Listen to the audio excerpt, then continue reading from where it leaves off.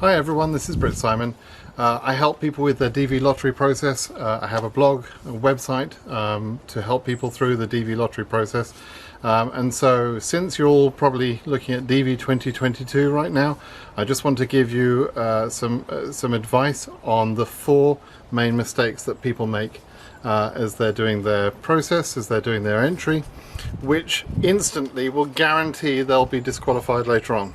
There's no way around these problems. If you make these mistakes, you're guaranteed to get disqualified even if you get selected. So let me cover those 4 mistakes.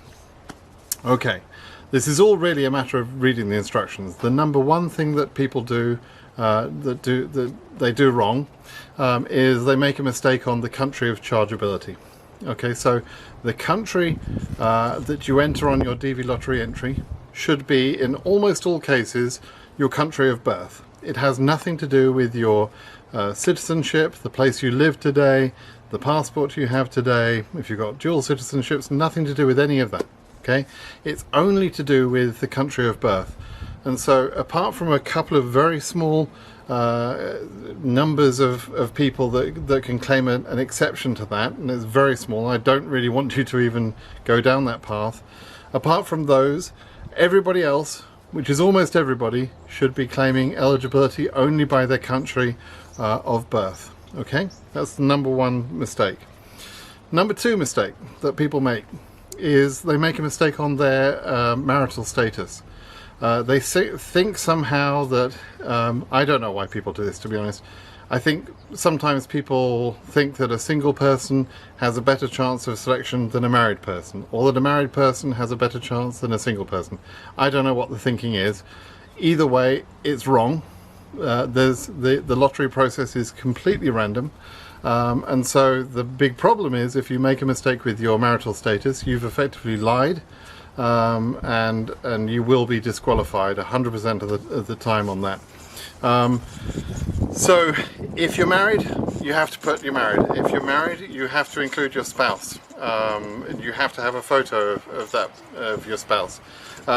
If you're separated but not legally separated, meaning a court has said that yes, you're separated, then you're still married. If you say you're divorced, you have to show divorce paperwork. If you say that you're widowed through death, you have to show a death certificate. So if you were ever married, you are probably still married unless you have got proof to say you're divorced or you're widowed, or you're legally separated. And as I say, legally separated is a rare one, because it means you had to have gone to court and had papers issued to say you're legally separated. So if you've never been married, of course you're single, you're unmarried. Okay, that's if you've never been married. So make sure you don't make a mistake on those 2 basic those 2 basic statuses, married or unmarried. And if you have ever been married, just make sure you're clear on what your status is. If you're married, you must include your spouse. That brings me to the 3rd most common mistake that people make, which again will guarantee that you're disqualified later. If you miss a derivative, which can either be a spouse because you said you were single when in fact you're married, or a child, if you miss a derivative from your application that actually was supposed to be listed on your application, then you will be disqualified 100% of the time. There's no doubt about that. And when we talk about children, we're talking about your biological children, your adopted children, or your stepchildren, and that one sometimes catches people out. So if you're married, and if you have ever been married, the children from your partner's former relationship are your stepchildren automatically. You don't have to go through a court process for that. They become your stepchildren, and they remain as your stepchildren. Okay, so you have to list those stepchildren, whether or not those children live with you, whether or not those children are planning to emigrate with you, etc. You have to list those children. So we covered country of chargeability, and that one, by the way, will almost all the time get you disqualified, apart from if the 2 countries are within the same region. So be careful with that one.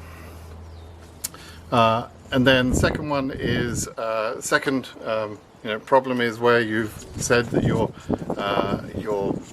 single when actually you're married, or vice versa. Either way, if you've been untruthful about that, that's a problem. Third one is missing a derivative, normally missing a child from your application.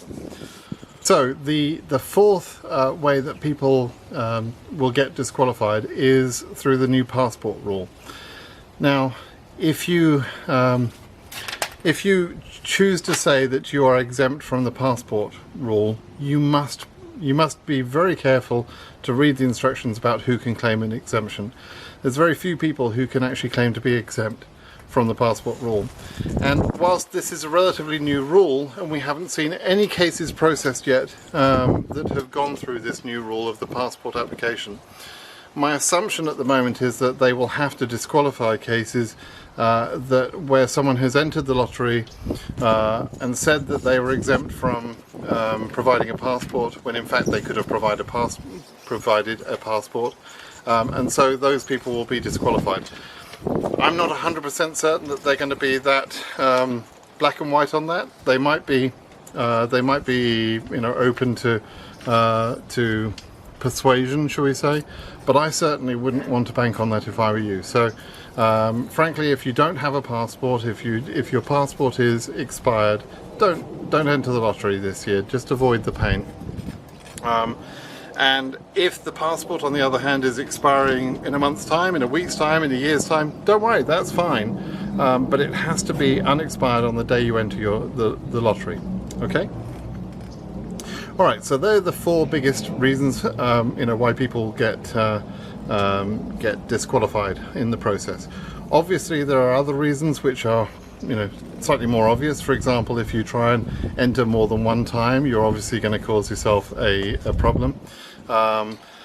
You can enter, if you're a married couple, you can each person can enter one time, right? So if you're a married couple, each one of you can enter, listing the derivative spouse as a derivative.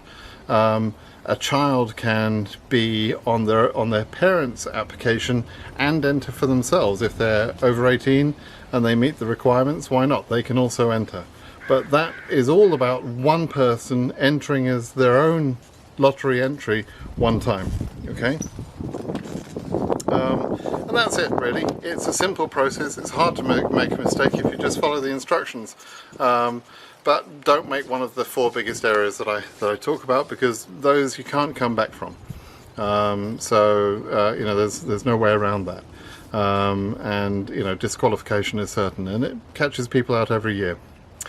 Okay, so I just wanted to make sure you had that information as you're filling in your DV2022 applications. Good luck to you with that application. Please subscribe to the channel. Make sure you get all the latest updates from me. All right, bye-bye now.